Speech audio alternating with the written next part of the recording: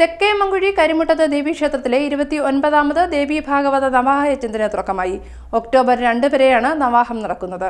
Thekkemankuzhi Kattachira 344 number SNDP ശാഖായോഗം വക കരിമുട്ടത്ത് ദേവീക്ഷേത്രത്തിൽ 29ാമത് ദേവീ ഭാഗവത നവാഹയജ്ഞത്തിന് തുടക്കമായി.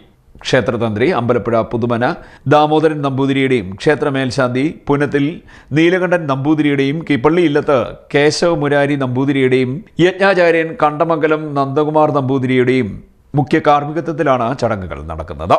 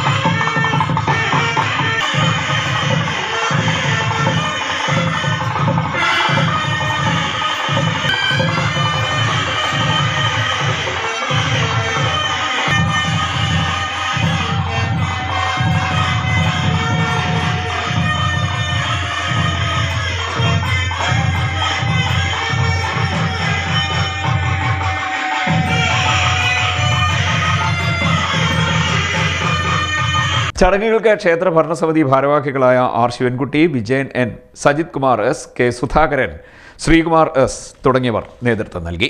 നിരവധി ഭക്തജനങ്ങൾ പങ്കെടുത്തു. CDNet news, Kayamkulam.